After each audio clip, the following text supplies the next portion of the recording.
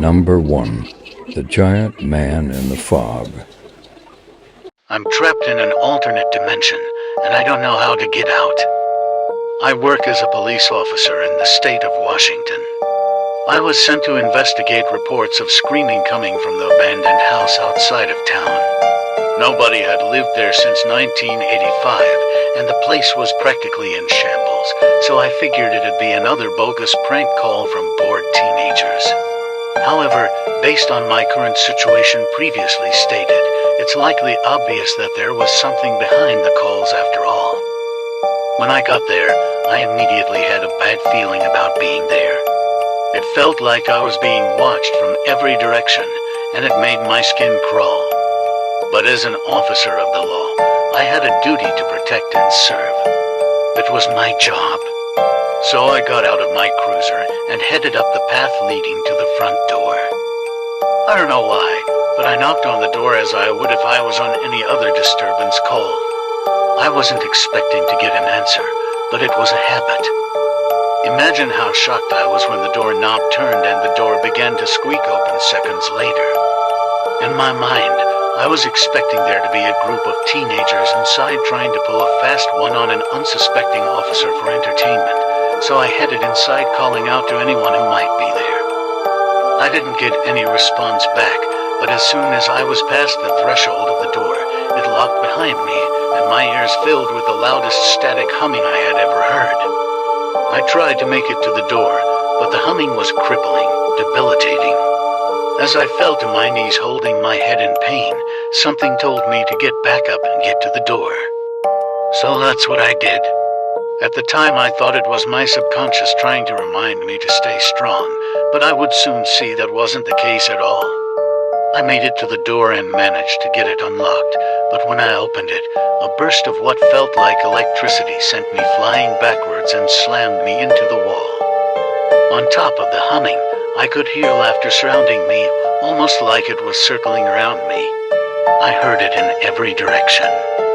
In an instant, the floor beneath me collapsed and I began falling. Not just a normal fall, but I kept falling for what felt like minutes. This shouldn't have been possible. Nothing about any of this was possible. When I finally landed on solid ground, I wasn't injured, but I was disoriented and confused. I started looking around to see where I was, and that's when I saw the giant man in the fog. I've been trying to find places to hide ever since then. He's been after me, searching every nook and cranny trying to find me. Please, you have to help me. I want to go home. Number 2. Missing memories. If you've never experienced a possession yourself, you'd never understand the toll something like that takes on someone. My wife and I have always been fascinated by abandoned buildings. We see them as a part of history, and the majority of our vacations are spent touring these places. We always have a professional tour guide that knows the location that takes a group of us through. They always warn people that these places could be haunted. But that's never been an issue for my wife and I. We've never experienced anything paranormal until we explored an abandoned asylum in Florida.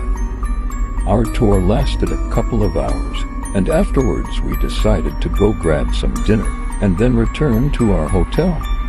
But little did we know, my mind and body was being controlled by something else. I was always the designated driver on these trips because my wife's eyesight had deteriorated over the years. I don't remember ever leaving the building, but I'll try to explain what happened based on what I was told by the police.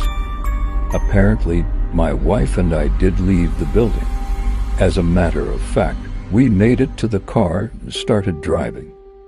There was a bridge that crossed a small portion of the ocean only a few miles down the road, and the drop to the water below was roughly 50 feet. According to police, our vehicle hit the side of the bridge so hard that the vehicle went over the guard rails and plummeted 50 feet down into the ocean below. All of this happened while I was behind the wheel, but I have absolutely no memory of it. I would never harm my wife or do anything that put her in danger. My wife unfortunately went into cardiac arrest as our vehicle fell. She didn't make it. I should have died too. Our vehicle was underwater for over 15 minutes until divers were sent down. When they pulled me out and brought me to the surface, I started breathing on my own. I don't know how it's possible, but I lived. I was sentenced to life imprisonment for manslaughter. I'm already 83, so I don't think I'll be around much longer. At least I can apologize to my wife when I kick the bucket. Number 3. The Shadows. The shadow people took my daughter. When my husband passed away during his deployment in Vietnam, I was left to raise our 3-year-old daughter as a widow. The home we were purchasing became an expense that I couldn't afford alone, so my daughter and I moved to a farmhouse a few towns over. It was a quaint two-bedroom home, all one level with plenty of space for my daughter to play. It may have needed work, but it was one of only a handful of affordable options, and my daughter needed a place to sleep and call home. I was a wreck without my husband. I couldn't afford daycare, so I did my best to scrape by with what I had to keep food on the table. My daughter was usually a bubbly, happy little girl. Nothing was the same after her daddy left us. She started becoming more withdrawn. I knew she was confused and hurt, but it's hard to explain to a 3-year-old that their father would never be coming back. The behaviors that she started developing, I chalked up to stemming from the grief that she felt. That was a mistake I regret to this day. She had an imaginary friend. I've heard about kids having imaginary friends as a coping mechanism, so I allowed it and even played into it. I thought that she just missed her father. She started acting out in ways she never used to. She would yell, hit, bite. She may have been a toddler, but it actually started to scare me.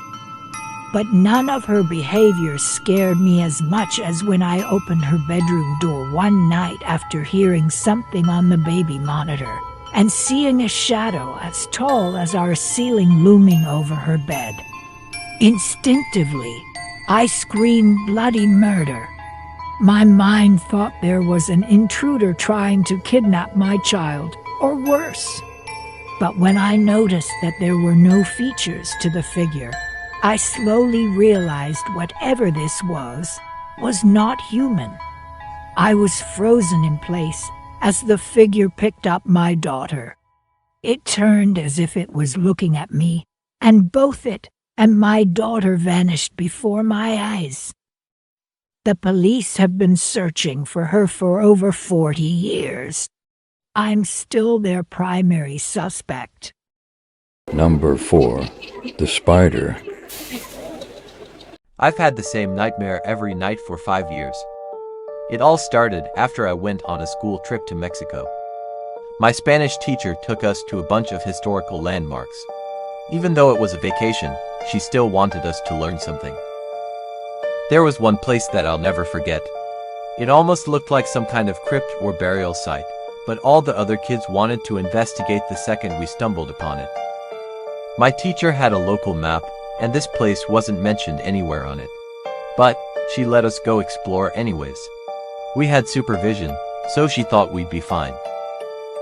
I went down the stairs into the structure with a friend of mine and started looking around.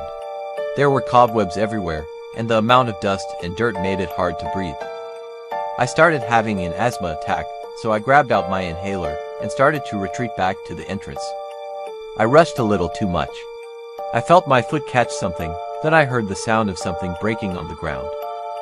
When I looked down to see what I had kicked, I saw what looked like a vase shattered across the ground. There was a giant spider sitting on top of the ceramic remains. I have a phobia of spiders, so the sight of it made me scramble up those stairs at record speeds. I almost bulldozed my teacher over trying to escape. We visited a few more locations before finally returning to our hotel for some much-needed relaxation. My legs were killing me from all the walking. I changed into my nightwear and settled into bed with the television remote and flipped through the channels. It didn't take long before I started dozing off. That was the first night I had the nightmare about the spider. In my dream, everything was pitch black except for an area in front of me. The fog was ever so slightly illuminated by an unseen light. I couldn't move or speak. For some reason, I was meant to stay right there, standing in that spot. Long lanky shadows began to appear in the fog, but they were moving relatively slowly, so I didn't comprehend what it was. Not until I saw the full front of the spider begin to emerge from the fog. I still couldn't move or speak. I wanted to scream and run away, but I was forced to stand still while the spider came closer and closer. After what felt like hours, I was face to face with this 8-legged monster. I was so close that I could have reached out and touched the spider's fangs if I was able to move. Just as the spider came even closer and opened its mouth to consume me head first, I woke up screaming and dripping sweat. I've had this dream every night for the last 5 years. Everyone tells me it's because of my arachnophobia, but I can't help but wonder if I cursed myself by breaking that vase. Now that I think of it, the spider I saw in that crypt looks very similar to the spider in my nightmare. Just 1,000 times bigger and hungry for my fear. Thank you for watching this video. I hope that you'll hit subscribe and stick around for my future stories. I write all of my content myself, and I would love to hear your ideas for stories to come. Let me know in the comments on this video what you would like to hear, or find me on TikTok at HauntedFreak118. Until next time, stay creepy.